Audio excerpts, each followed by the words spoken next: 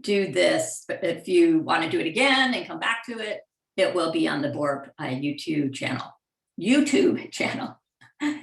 So I had never heard of bird sitting until about 6 months ago when I was on a meeting with Audubon, the Richardson Bay Audubon in Tiburon, and Molly was there and had brought it up, and I was looking for different classes to bring to BORP, and I was really intrigued by it.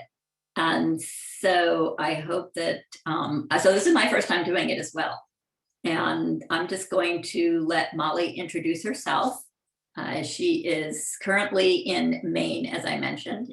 She works with Audubon, and I'm going to let you take it away, Molly, and hopefully be able to pin you.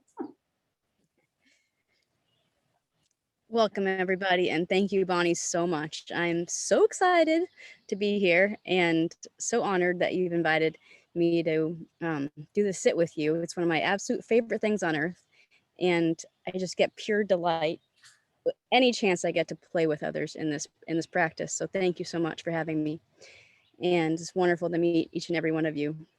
I am calling in today from the native territory, the Abenaki people in southern Maine. I'm actually visiting a friend, and I'm on a friend's land, and it's a special place that's actually was a hosting land for a nature connection school for kids and young adults for about 15 years, I believe. And so it has this really special energy. I mean, there's like literally chipmunks chasing each other and birds. It seems like the relationship to the land here has been very much tended, and I can feel it in my bones, and it feels like great pleasure here. I am a white queer person, and turning 40 in a month, and I've got some blue overalls and a mossy green hat and an undercut.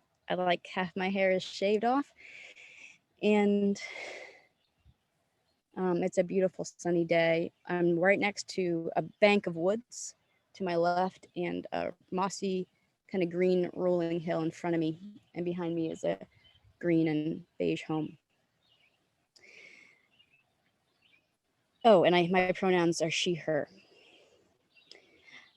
So I don't know, sometimes, I talk about doing bird sits and everyone's like, yeah, I've been doing that my whole life.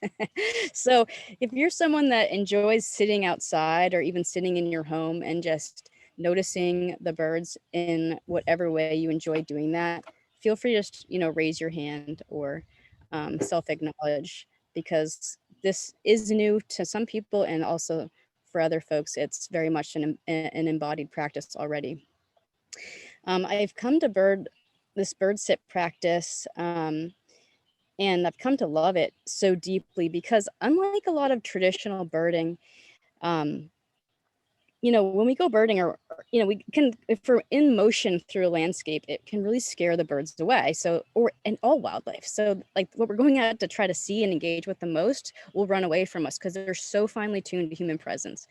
So when we just slow down and sit in one place, it has tremendous benefits to us, but also it just kind of reduces the overall threat level in the landscape. So the animals can do their normal business as if we weren't even there. They don't feel afraid of us. So they'll come flying right real close, or they'll just, they'll crawl up next to us basically, or they'll just resume their natural life. And it gives us this incredible window into what is going on with them.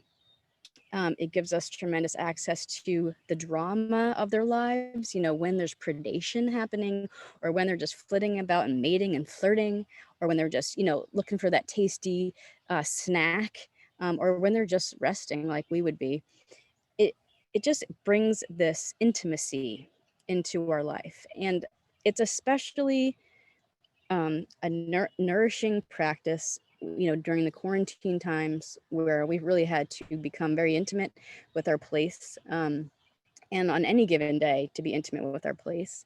And it brings it more alive, to the point where you just be amazed, almost like these layers and layers that will be revealed over time the longer we sit in the same location day after day. And that's really one of the cornerstones of this practice, is finding that spot that you want to be in love with. Like, you want to have a long-term relationship with that spot.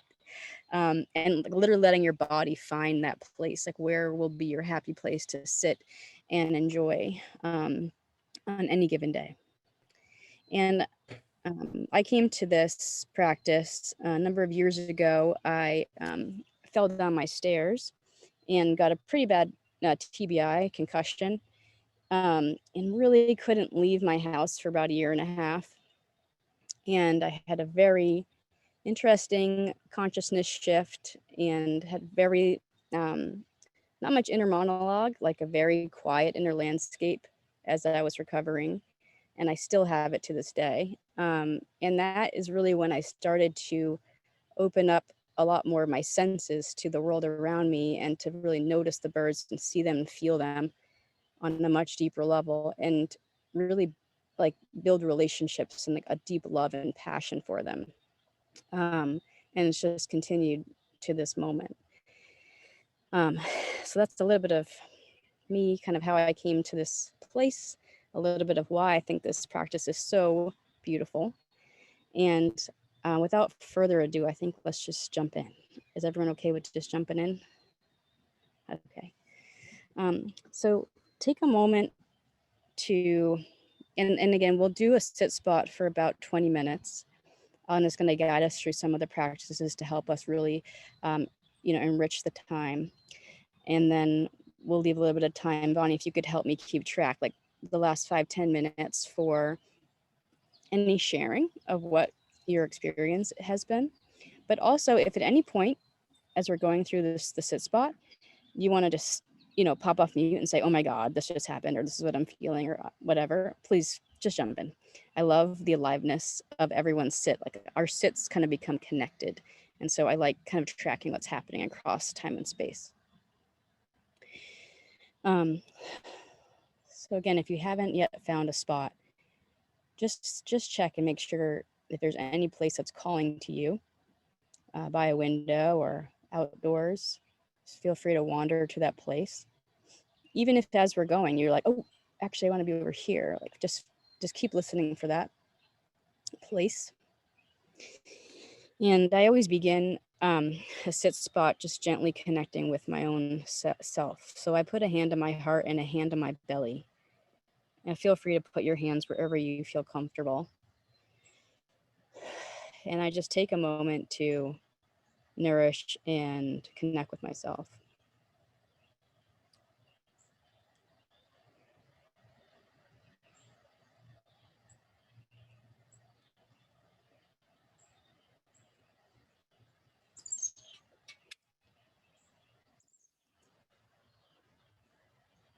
And as I did that, these 2 chickadees just popped right in and dropped a seed on the table in front of me. So, like, in this part of the more that I can be gentle and peaceful in my own body, you'd be amazed at how close the animals will come. So that's why we begin here. And I can just do a little check on my mood, and whatever that mood is might shift from moment to moment. I can feel really ecstatic joy, and then I could feel like a wave of grief. And I'm with all of that as best as I can.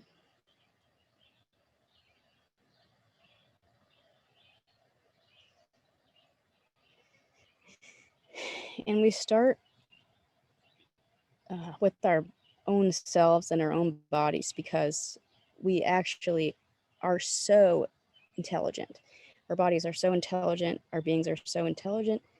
The more we can connect in, it allows us to receive more information about what's happening around us as we go through the sit. So it's basically a way to fine tune our instrument. And I can invite you also to take a moment just to do a nice body scan, really gentle.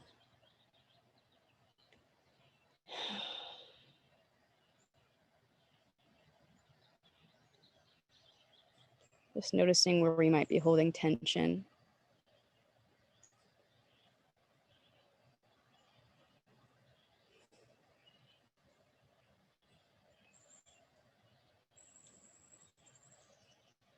And we're not trying to change anything as we sit, we're just noticing and appreciating.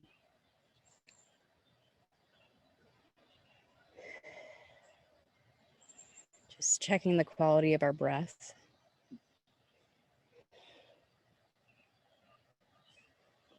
Seeing if there's any adjustments in the way that we're sitting that can make us more comfortable.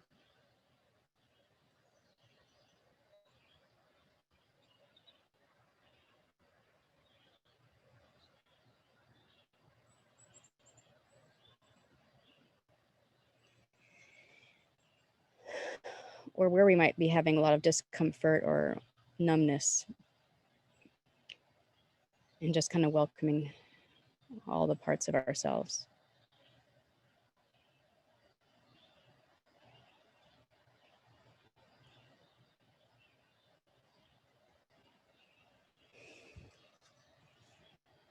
And at any point in the sit, we can always come back to just being with ourselves, being with what we're feeling.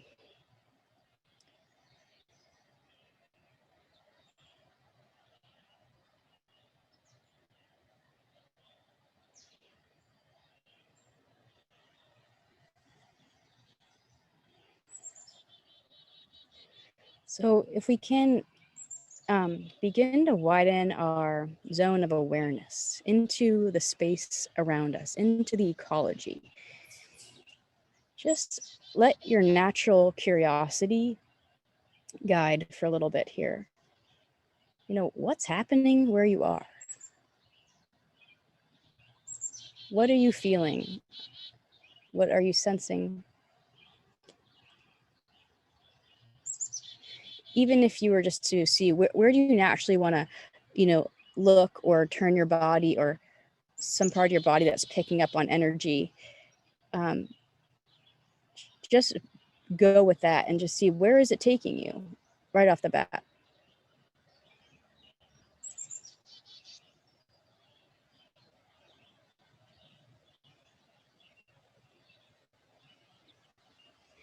You'd be surprised at how much wherever your curiosity is taking you, you're already onto something. You could be on to where the bird is the closest bird to you, or where something is about to occur, or maybe where, you know, the light is dappling and it's just something beautiful to behold.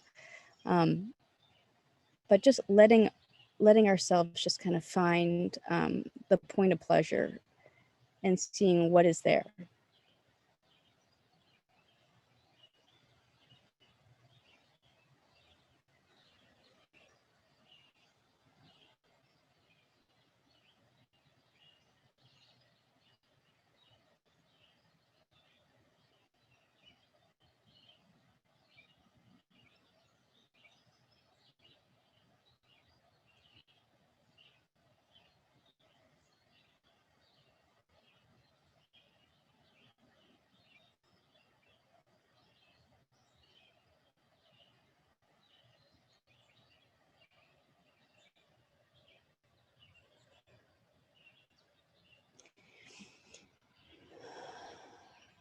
And I just encourage just like, you know, spending time, we have so much Zoom time. So feel free to look away from the screen. Feel free to, you know, turn in whatever directions you can. Take in more of what is around you in every direction. Just really gently.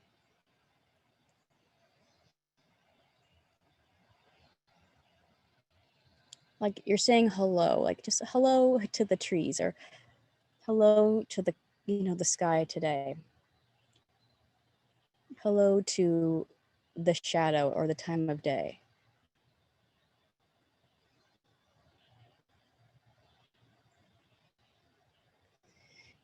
The birds are so embedded in all these pieces. They're so embedded in the time of day, the light, the quality of the weather, what the trees or the bushes or the flowers that are present.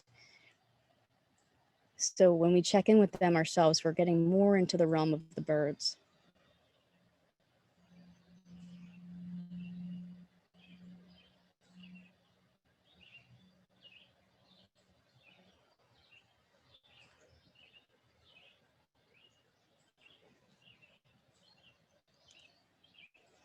And if you're in a place that doesn't have very many birds, and I used to live in a spot like that in Oakland, that practice of just greeting and seeing and feeling who or what is there is so beautiful. I mean, just to become and impassioned with the way the temperature of the air, or the way the clouds are moving through the sky, or the way the sun feels on our skin. Any of those things that can become a place of enjoyment, while we wait for a bird to arrive. They are just as valuable as any bird that we might see or hear.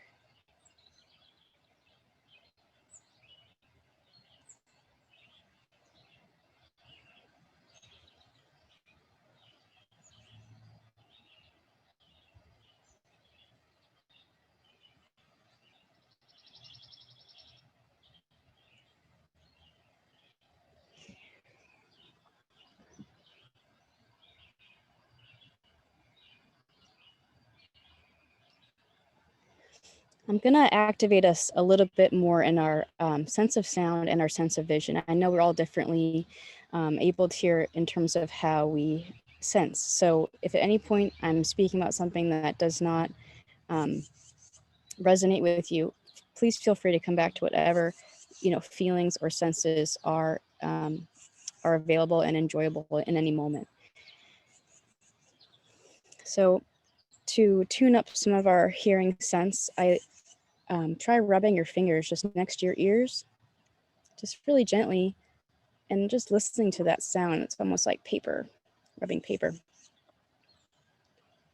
Just kind of waking up our ears a little bit. And then really slowly just pull your hands a little bit further away, so that sound is going to fade, but do it nice and slowly and listen.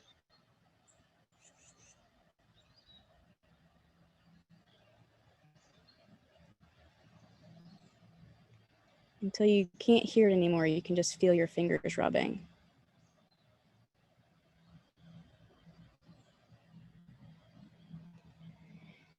And now take that hearing sense and listen for a moment for just what is the loudest sounds you can hear.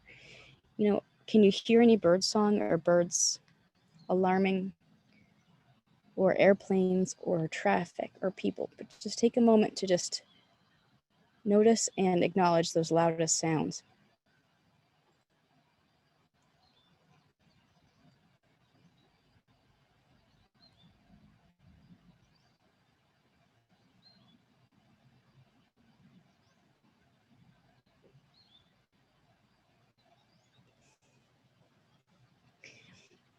Nice. Now come down a couple decibels. Listen, what can you hear that's not quite as loud, but a few decibels below that? What else do you notice in the soundscape? Maybe it's like the sound of some wind through the leaves, or the buzzing of a bee, or a hum of a refrigerator, or a squeaky, door.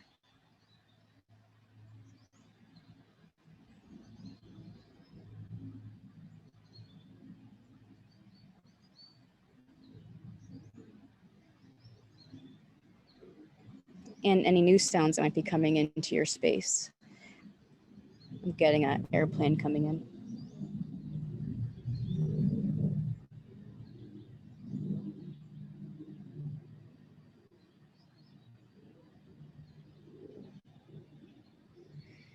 So my airplane is quite loud, actually, and it's important to notice because the birds are very responsive to big sounds like that. So you might notice the birds go quiet when a big sound comes in, because they can't hear as well when there's that much noise. So they will take cover, basically.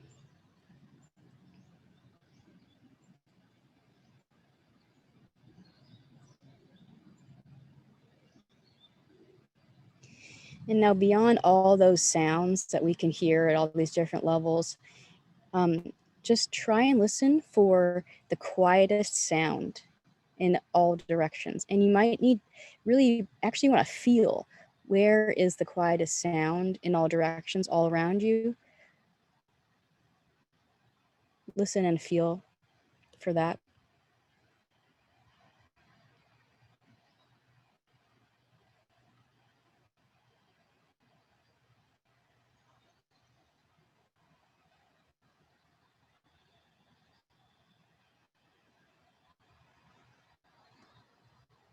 Now, just using your instinct, point in the direction of where you feel the quietest or hear the quietest sound. Just point wherever that is. For me, it's here.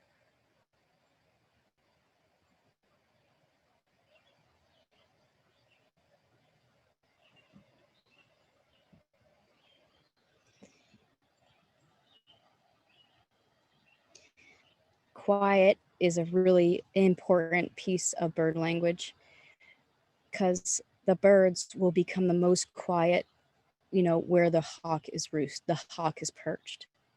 They do not give themselves away. So when all of a sudden everything goes quiet, that can tune us into like, okay, what's happening?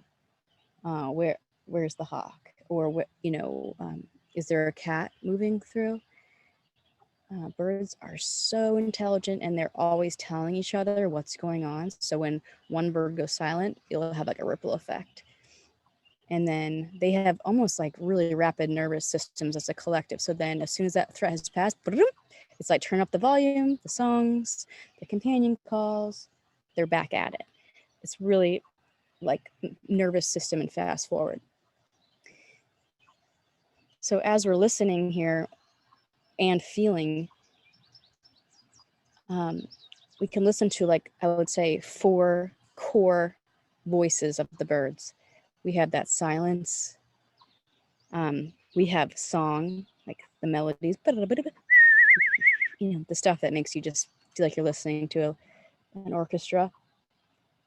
And then we have companion calls, which are like, I call them like little text messages between birds, like cheep, cheep, cheep, cheep, cheep, cheep. They're just saying, are you there? I'm here. Are you okay? I'm okay.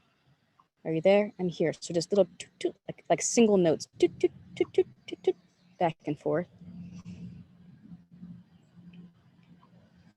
And then we have one that is the most abrasive, and that's an alarm call. And that would be if there's any danger coming through, the birds will immediately like tell you, cha, cha, cha, cha, cha, cha, cha, pa, pa, pa, pa, pa, pa, pa. It's very arresting. It gets our nervous system to the point where, think about every alarm that you have for your phone, your car, your house. We're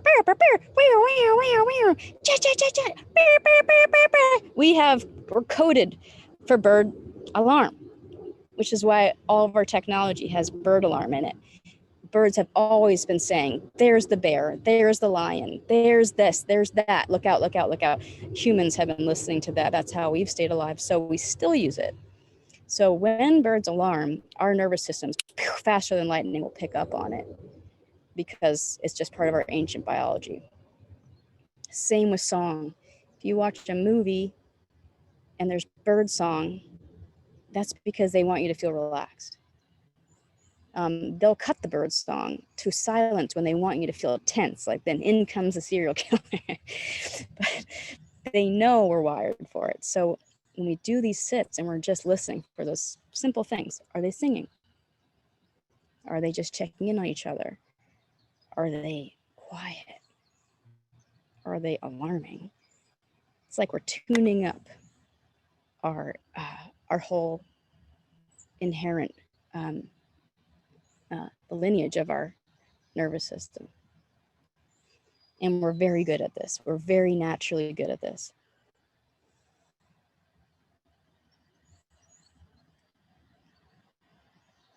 So just those 4 voices can tell you a tremendous amount about what's happening.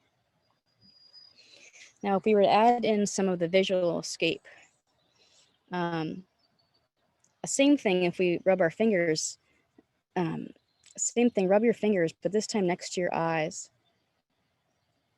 and just try to activate the peripheral vision a bit. We're very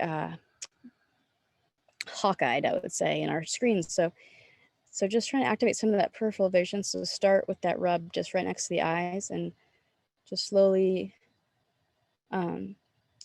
extend it further away from your eyes, but just try to see if you can keep it in your field of vision. Or if peripheral vision is difficult, just rubbing in front of, I'm actually having trouble with this eye right now, so I practice coming in and going out on that eye. Just, whatever visual activation feels good. And we call this owl eyes. This allows us to have taken more visual information in the field than just what's right in front of us. So we become a little more sensitive to subtle movement.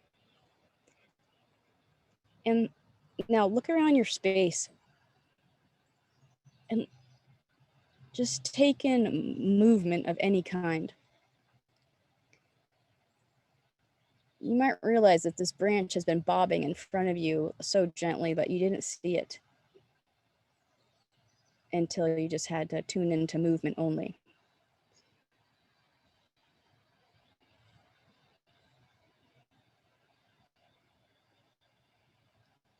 What is moving around you?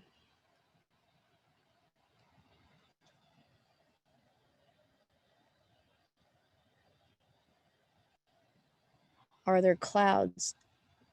Can you see them moving through the sky, even so slowly as they change shape?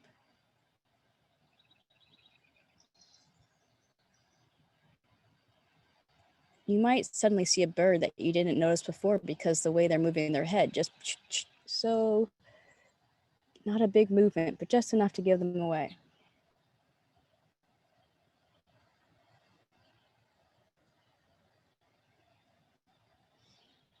And if you are seeing birds, how are they moving? What's the mood of their body language? Are they flitting from tree to tree? Or are they flying full speed like they're running for it? Are they pecking at something in the ground, just ground feeding? When you look at them, how do you feel?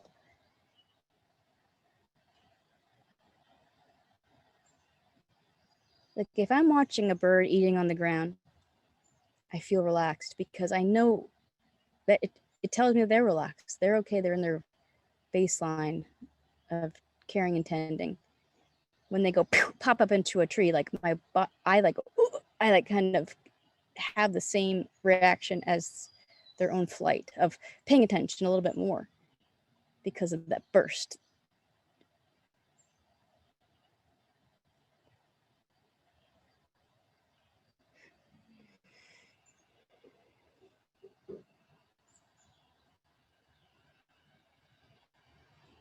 If we see birds all do the same thing, they all, bam, take off flying in the same direction. If they're all going in front of you, look behind you, because behind you is what they're all flying away from.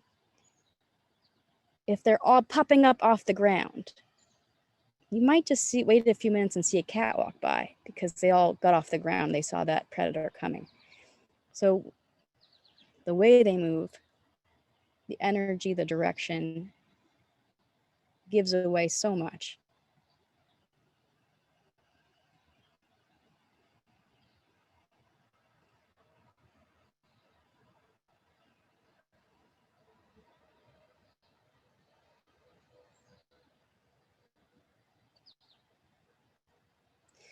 And if you'd like to also see if you can tune into some of the colors in your landscape, I always like to look at greens, just green alone. I mean, I can see dark green, lime green, green in the shade, green in the light. The more we can kind of just try and absorb all of that variation, it makes it easier to see you know, the colors of these birds. So many of them are designed to be camouflage. So they've got these, you know, light browns, light grays, and to really like appreciate them, or if you want to work on identifying them, we try to tune into all those little variations. But I like to start just with the landscape, the colors of the landscape, the browns of the trees, the grays.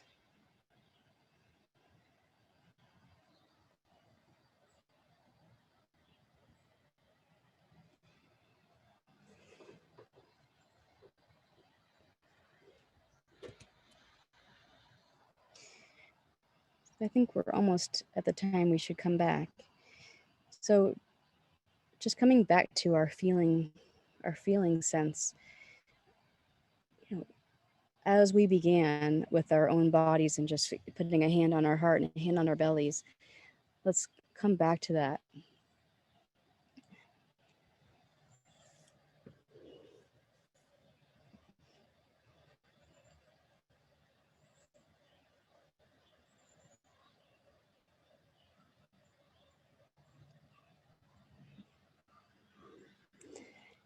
And just noticing how we feel now. We've been sitting for a little while.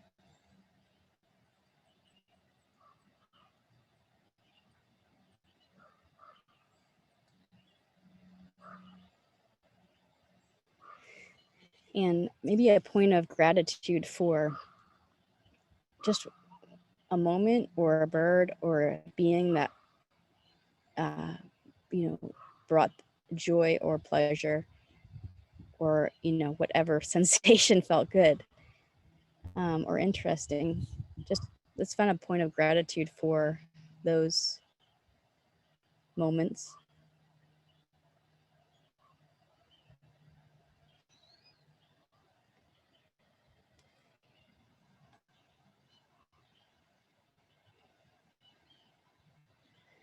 And I want to give thanks to these cutest little chipmunks that have been scurrying in and about around me,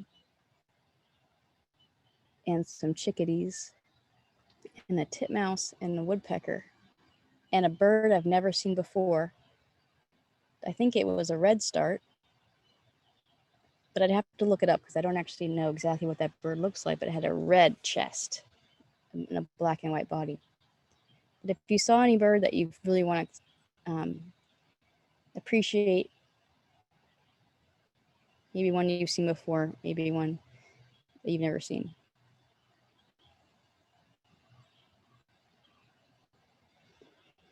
And just to say that when we do a sit spot, the birds that we see are not, some are migratory coming through, but a lot of them are there every day. So if you see that robin or that scrub jay, I mean, feel free to give them a name because they're coming back. They're your robin, they're your scrub jay, they are your junco.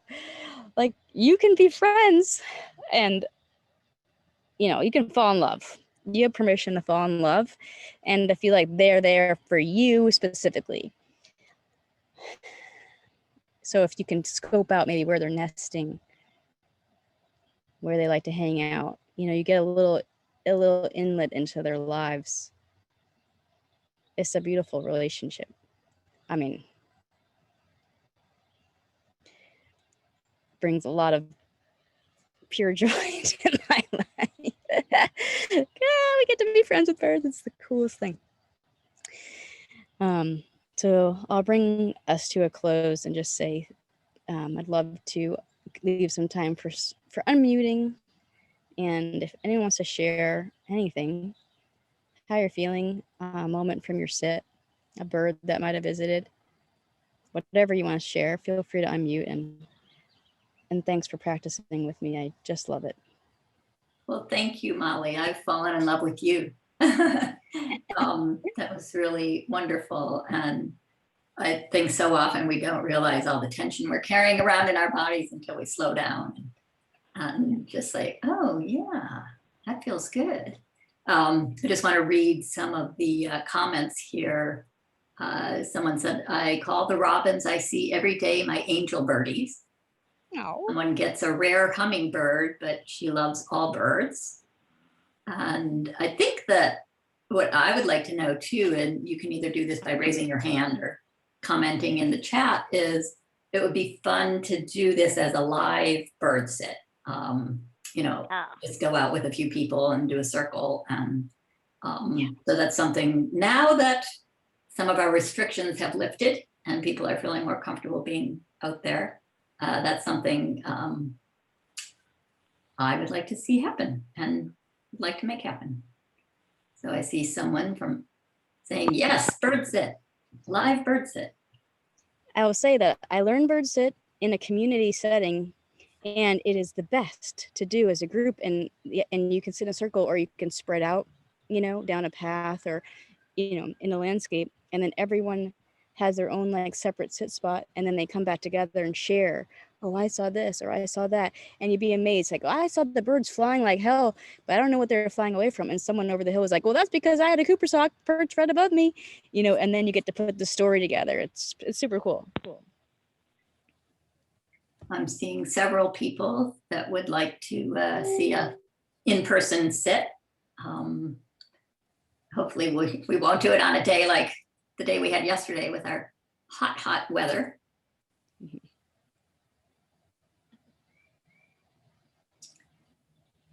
Someone commented that Molly has a beautiful spirit. And someone else does their little bird sit alone early every morning. It's a great practice. What time? Are you up with the dawn chorus? Julie? And if someone wants to unmute themselves, feel free to do that as well. The dawn chorus is such a beautiful time to connect with birds if you feel like getting up early, or just listen from bed. Wow, sometimes as early as 4:30, usually about 6.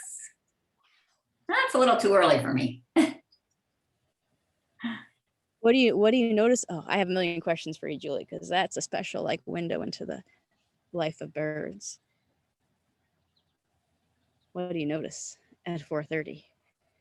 So Julie's retired, so time has no meaning.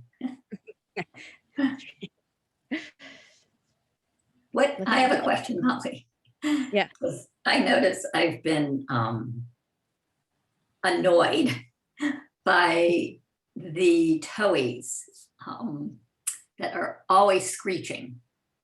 And I don't want to be annoyed with them. I want them to be here, but I'm trying to figure out a way to let that go and just enjoy their sound. But I'm having a hard time. Do you have any tips for that? And I know some people feel that way about the jays. Oh, I love jays. What do they sound like? The towhees? Well, and this is probably partly why they bug me, is we did a birding class early in April, and the person leading it gave visuals and audibles with the bird sound, and that's what helped me remember what bird it is. And he said it sounds like when you're wearing sneakers on a gym floor and they're like screeching.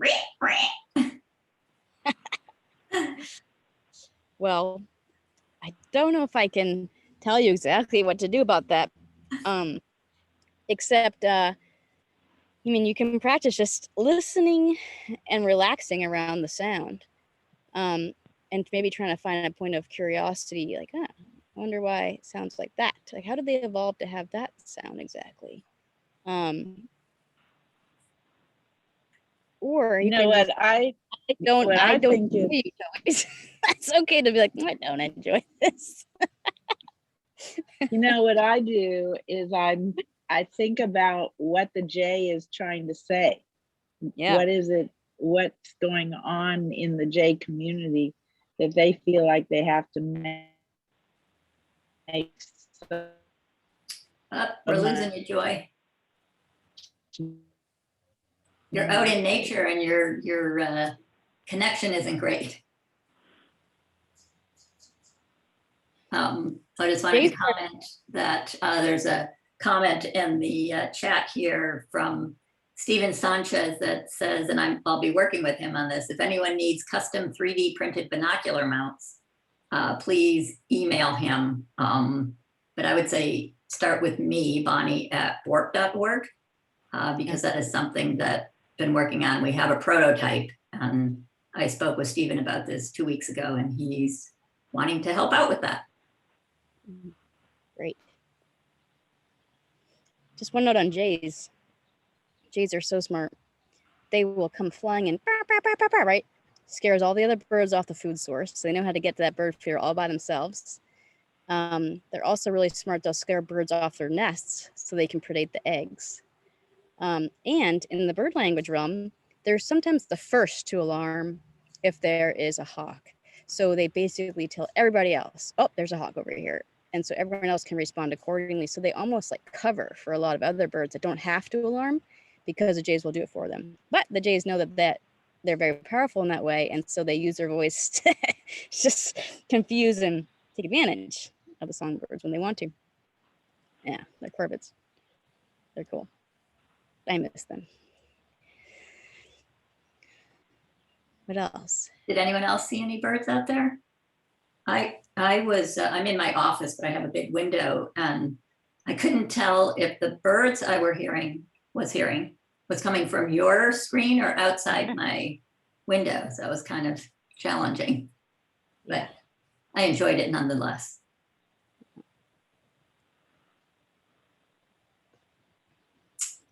No one else has anything to say? Oh. Much quieter at dawn. Are you saying so that you can hear the birds better, or that there's no bird song at dawn? Nancy? There's plenty of bird song at dawn, and I've got a whole lot of construction going on in my neighborhood today. So I appreciated Molly's take on the loudest sound versus the quietest sound, because I was really trying to focus on the quieter bird sounds around. But I think that's a practice in itself, to choose what you're going to listen to, I guess. Right. I like to always acknowledge those loudest sounds. Like, I hear you, and I feel like it gives them permission to like kind of like relax a little bit. Like, I got it. You're jackhammering. I see you, jackhammer. I'm going to listen to something else. But yeah, it is a challenge. It is a challenge when we have all those the humanscape speaking loudly. But even like the sound of a car, like I live near a pretty busy road, so I'll practice listening to the car, the sound of the car getting louder, louder, louder, louder, louder, and it's almost like a bird flying through and going over there. It's like the same idea. So I just like, okay, well, I'm just going to practice listening to that coming and going, because it's what's here. But can I enjoy it like I might enjoy the sound of a breeze or the way a bird's song is coming in, going out? So there's a little bit of like almost like a neutralizing effect sometimes when we just kind of not as selective. I want to hear that. I don't want to hear that. I hear it, and I hear that, and I hear that. Yeah. So Joy commented that what she was trying to say is that try to focus on what the jays are trying to communicate versus how annoying they seem to you. Mm-hmm. Someone else commented that scrub jays are real characters, have learned to fly through and sit near sprinklers to cool off. Now that's a smart bird. Someone asked a question, do crows carrying on scare other birds away? It's a good question. I do think they can scare other birds away, but birds are also familiar with these characters. They're like, crows make these noises. So, they probably tolerate it and also are so attuned to when the crows are really saying there's something dangerous, or the crows are just being noisy, or the crows are just playing with each other. The birds will probably know all those differences. So it'll depend on the situation. Have a comment here. Sitting quietly in the garden in one spot regularly sounds like a wonderful practice. Not having to do anything else but listen and not worry so much about what kind of bird it is when I can't see them. And that's definitely something I've been practicing more. And I think they call it new birding, where you don't go out with your checklist and have to, you know, see how many birds you can identify, and just more appreciate just, you know, the colors of the birds, the songs, the way they fly, their habitat, and not get hung up on knowing exactly what kind of bird they are. Well, you could learn what family they are. Because it's really hard. Yeah. I'm not an expert either. I care not if you know any bird name. A little brown bird went flying by. That's great. I can't tell you how many bird sits. I haven't cared a one whit what the birds are up to. I just need a minute to sit down. I need a minute to feel the sun on my arm, to have no demands. I don't even care. Like, not even on my attention. You don't even have to practice any of these things. Just to sit and just see what feels good. I like sits just like that, where I can become captivated with a tree or a little ant at my foot, you know, or looking at my own hand. It doesn't really matter. The birds are a way to a point of enjoyment, but it's really just about that sit being whatever you want, and the repetition of it, and that, you know, the familiarity, and oh, here's my spot. I can always go to my spot. My spot will take care of me. My spot is there. Oh, what's my spot got today? Look out. Your spot is going to start like tuning into you like no one's business. You're going to be, I mean, they're powerful things. These intimacy practices go deep. You might not even know what's happening, but I feel different after having my sit. I don't know why. So I can't say enough about just, if it calls to you, just trusting that repetition, day after day, week after week, when you can, for 5 minutes, a minute, an hour, whatever feels good, is deeply nourishing.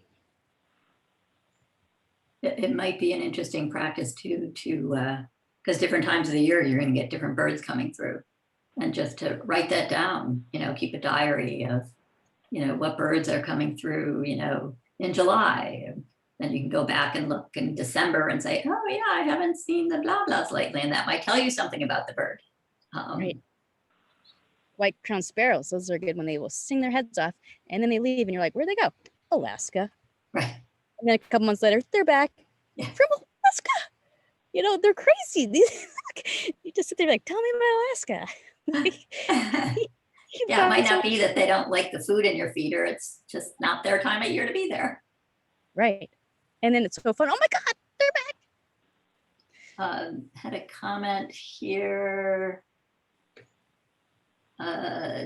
wanting to know about the dangers of hummingbird feeders. Been reading about bacteria. Well, yeah, you should definitely clean your feeders at least once a week. I was reading something a while ago. There was a bacteria that was going around, and all of a sudden I can't remember the name of the bird. And they were asking people to take down their bird feeders.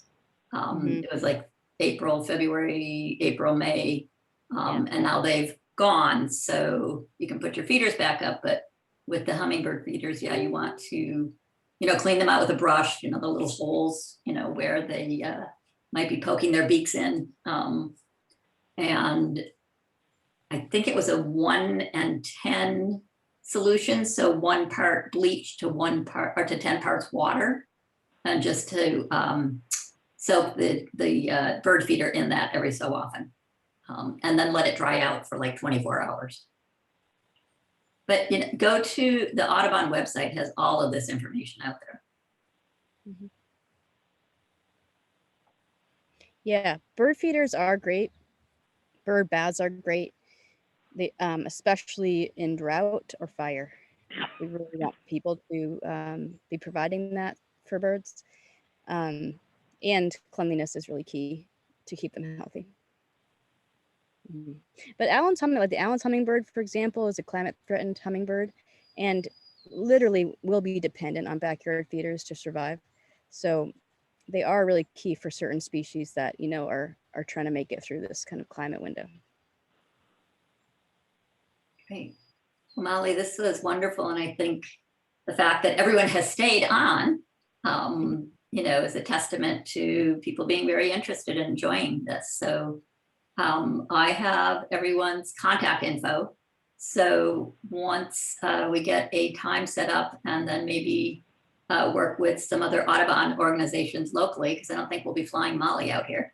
Although, didn't you say you're coming back? Did you say you're coming back? I am. I'm coming probably in October. And I'd love to do a sit while I'm out there. And I have tons of great friends who I practice this with in the area. So I can definitely find you a great facilitator. Awesome. And if you want to do this online, again, I'm available. Great. Great. Love it. All right. Well, we're going to end this session. And again, it will be on the BORP YouTube site once I figure out how to do that now. So stay tuned and more to come. Thanks, everyone. Thank you, Bonnie. Thank you, everybody. Thank you. Enjoy your sits. Thanks Thank so much. you. It was great. Really sweet. Great idea. Awesome. Let's do more. All right, Lori. All right. How did it work for you? It worked great. It worked great. I really enjoyed it. Awesome. I was not outside, but you know, it was. I was thinking about places where I've been where there've been a lot of birds, and that was really, really nice to be there. Well, thank you. this might be something we do with the Yep. gang. I'm all over that, and I'm sure they will be too. Okay, good. All right. Thanks, you guys. Thanks, Lori. Take care. Thank you so much, Molly. Thank you, Bonnie. We will definitely be in touch. Okay. Yeah, I'll be out in October. Would love to do a sit or just hang out. Okay, super. Yeah. Love that. But yeah, if you have a sense of when and where you'd like to do an in-person sit, I'll reach out to my network of folks in the area and see if it'd be a good fit. Great, great. Super. Thanks so much. Thank you, Bonnie. All right, have a good weekend. You too. Enjoy. Bye. Happy Juneteenth. Oh Tomorrow. yeah, you too. And Pride Month. Yeah. Gotta remember to